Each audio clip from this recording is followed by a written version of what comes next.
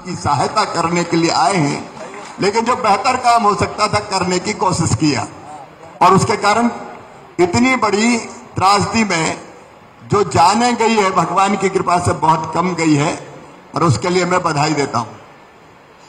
దీంట్లో మాత్రమే వరి పంట నష్టపోయేది కాదు, ఆవులు గేదెలు కోడిలు మీ అందరు సమాన్ ఇల్లులు కూడా నష్టపోయింది. అదే సొంతంగా చూశారు. డిప్యూటీ సీఎం గారు చెప్పడం జరిగింది, గత 100 సంవత్సరంలో ఇలా జరగలేదు. ఈ రోజు నేను ఇక్కడ వచ్చేది ఏ పక్షపాత పొలిటికల్ గా కాదు, అందరికీ మానవతంగా సహాయం చేయడానికి వచ్చాను. తోడుగా ఆయన మీతో పాటు ఉన్నారు. कई जगह खेतों में दोनों तरफ रेत आ गई, बालू आ गई, और खेत अब फसल कैसे पैदा करे, किसान के सामने ये संकट आ गया। तात्कालिक संकट है, ये फसल नष्ट हो गई, कुछ बचा नहीं। और किसान जब फसल बोता है तो खाद डालता है, बीज डालता है, लोन लेता है, पैसा उधार लेता है, इस आस में कि ये फसल आएगी तो वो सबका पैसा चुका देगा और अपना घर भी चला लेगा। लेकिन ये फसल चली गई तो केवल फसल नहीं गई, उसकी आशा टूट गई, उसके सपने टूट गए। రెండు పక్క వాగు రెండు పక్క పొలం చూడడం జరిగింది, అక్కడ అంతా నష్టపోయింది. దీంట్లో నష్టపోయేది పొలాలు కాదు, దాంట్లో పెట్టిన సీడ్స్ విత్తనాలు ఖాద్య అంతా నష్టపోయింది. ఈ నష్టంతో మీరు మాత్రమే నష్ట కాదు, మీ ఉన్న కళలు కూడా పోయింది. దాంట్లో మీరు కొంత బ్యాంకు నుంచి లోన్ తీసుకుంటుంటారు, లేకపోతే కొంత అప్పు తీసుకుంటుంటారు, అంతా నష్టపోయింది. అంటే ఆయనకి ఇది అంతా ఆలోచన ఉంది. मेरे किसान भाइयों की आंखों में आंसू है, लेकिन मैं ये कहने आया हूं, रोना नहीं है। प्रधानमंत्री नरेंद्र मोदी जी भी चिंतित हैं, हमारे गृह मंत्री अमित शाह जी चिंतित हैं, और इसलिए मुझे भेजा है। संजय बंडी जी भी आपके बीच में आए हैं। राज्य के हमारे उप मुख्यमंत्री और सीनियर मिनिस्टर्स 3 यहां बैठे हैं। हम सब मिलकर, केंद्र सरकार, प्रधानमंत्री नरेंद्र मोदी खुद चिंतित है, हम मिलके किसान भाइयों आपको संकट से पार निकाल के ले जाएंगे, ऐसी रणनीति और योजना बनाएंगे। నేను సొంతంగా మీ కన్నులో నీరు చూశాను, ఏడవడం చూశాను, కానీ మీ అందరూ ధైర్యంగా ఉండాలి. గౌరవ మాన్య ప్రధానమంత్రి నరేంద్ర మోదీ గారు, అలాగే గృహ మంత్రి సార్కి, అలాగే బండి సంజయ్ గారికి, డిప్యూటీ సీఎం గారికి అందరికీ ఇక్కడ పంపడం జరిగింది. ఈ చెప్పడానికి మేమందరూ మీతో తోడుగా ఉన్నాం. ఈ కష్టమైన సమయం నుంచి నేరుగా మంచి సమయంలో మీ అందరికీ అందరితో పాటు బయట తీసుకువెళ్తాం అని सहायम कोसम बच्चारू। किसान भाइयों, हमको 2 तरह की योजना बनानी है। एक, शॉर्ट टर्म प्लानिंग, तत्काल क्या किया जा सकता है, और दूसरी लॉन्ग टर्म प्लानिंग। मुझे कहते हुए दुख होता है, मैं राजनीति की बात नहीं कर रहा, लेकिन जो पुरानी सरकार थी उसने कुछ परिस्थितियां ऐसी बना दी कि जो एसडीआरएफ का पैसा है, एसडीआरएफ का पैसा वो खर्च ही नहीं हुआ है, फंड डाइवर्ट हो गए, और इसलिए राज्य को जो योजना का लाभ मिलना था वो योजना का लाभ नहीं मिल रहा। ये विशेष परिस्थिति पैदा हुई है, लेकिन हम कुछ रास्ते निकालेंगे। एसडीआरएफ का पैसा है, लेकिन पुरानी सरकार ने जो गड़बड़ें की उसके कारण वो ढंग से खर्चे नहीं किया गया। कई योजना में पूछ रहा था, मैडम यहाँ पे कलेक्टर भी रही है, तेलंगाना कैडर की है, ज्वाइंट सेक्रेटरी एग्रीकल्चर है, मेरे साथ दिल्ली से आई है, तो मैंने पूछा जो सेंट्रली स्पॉन्सर्ड स्कीम थी उसका क्या हुआ?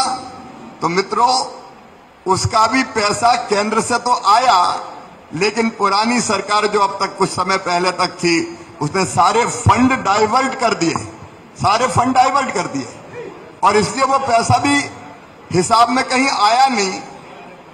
जो यूसी देना चाहिए वो दी नहीं, इसलिए वो पैसा भी पड़ा का पड़ा रह गया, वो आपके काम नहीं आया।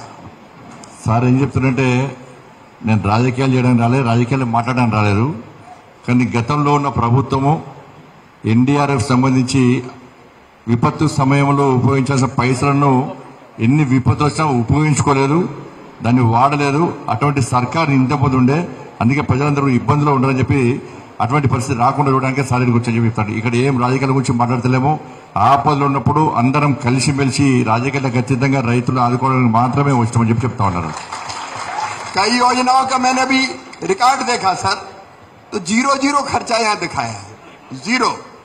तो उसके कारण सेंट्रल फंड फिर जब 0 खर्चा होगा तो मिलता नहीं है। अभी एक परिस्थिति पैदा हुई है।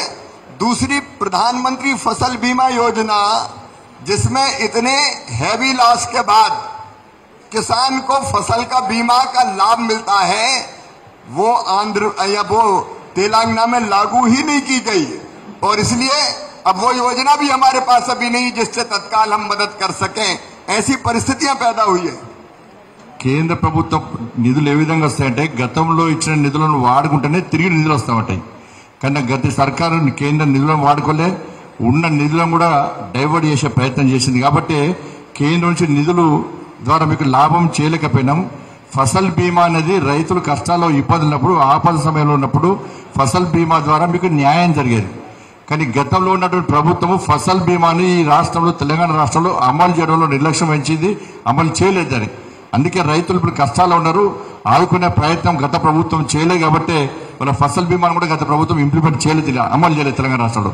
అందుకే రైతులు కష్టాల్లో ఉంటున్నారు. ఆదుకునే ప్రయత్నం వాళ్ళు చేయలేదు. కేంద్ర ప్రభుత్వం చేస్తానా కూడా చేయనిచ్చే అవకాశం గత ప్రభుత్వం ఇవ్వలేదు.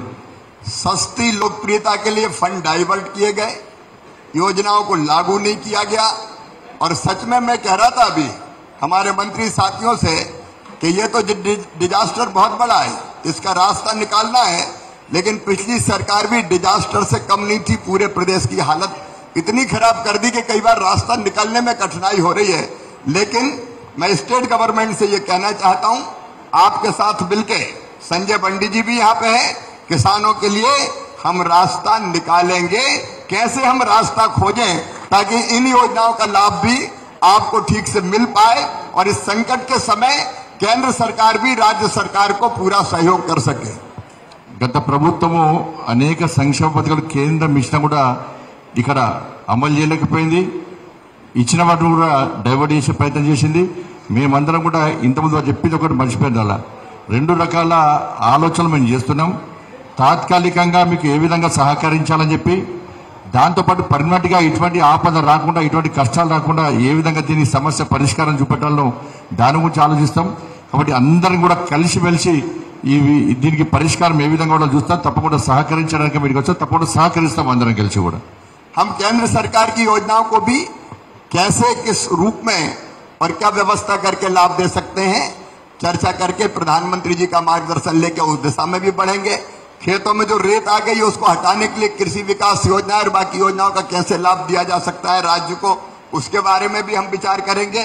और सर, आपने जो मेमोरेंडम सौंपा है, अभी यह तात्कालिक नुकसान है। आप भी पूरी स्टेट गवर्नमेंट जो डैमेज हुआ है उसका आकलन कर रही है और केंद्रीय टीम भी आके यहाँ पूरे नुकसान का जायजा लेगी और उसके बाद केंद्र सरकार राज्य सरकार को हर आवश्यक सहायता करेगी। प्राइमरीली तो राज्य सरकार को करना है, लेकिन केंद्र आपको पूरा सहयोग करेगी ताकि मेरे किसान भाइयों को इस संकट के पार ले जा सकें, उनकी आंखों में आंसू ना आए। मैं फिर आपको आश्वस्त करने आया हूं, पीएम स्वयं चिंतित है, वो भी आपके साथ खड़े हैं, केंद्र सरकार भी आपके साथ खड़ी है और हम आपको इस संकट के पार निकालकर राज्य सरकार के साथ ले जाएंगे। इसलिए आंखों में आंसू मत लाइए।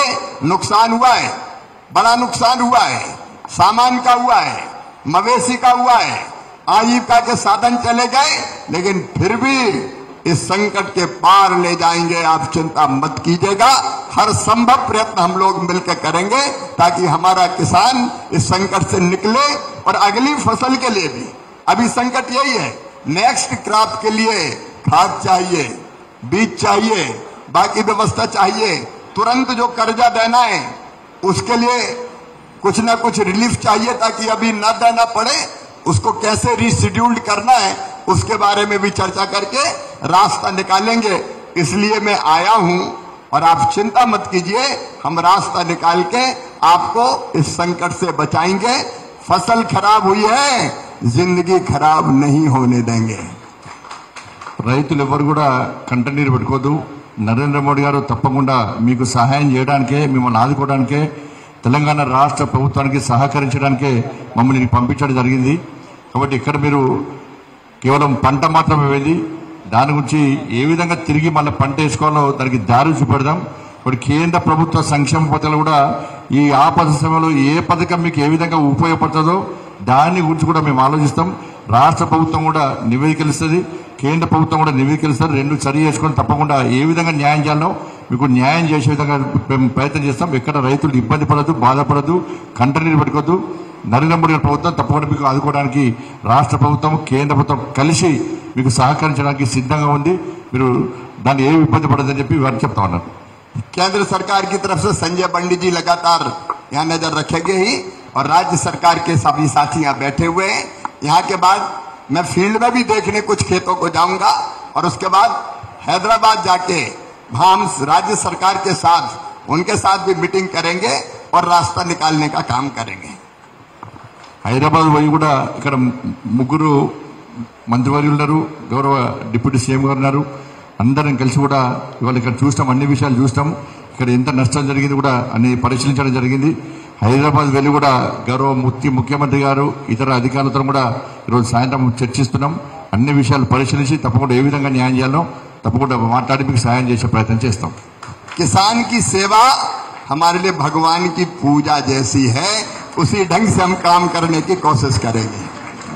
రైతులకు సహాయం చేయడం అంటే దేవుని పూజ చేసినట్టే. Thank you very much, Mantri Mahoday. Thank you very much. Your assurances and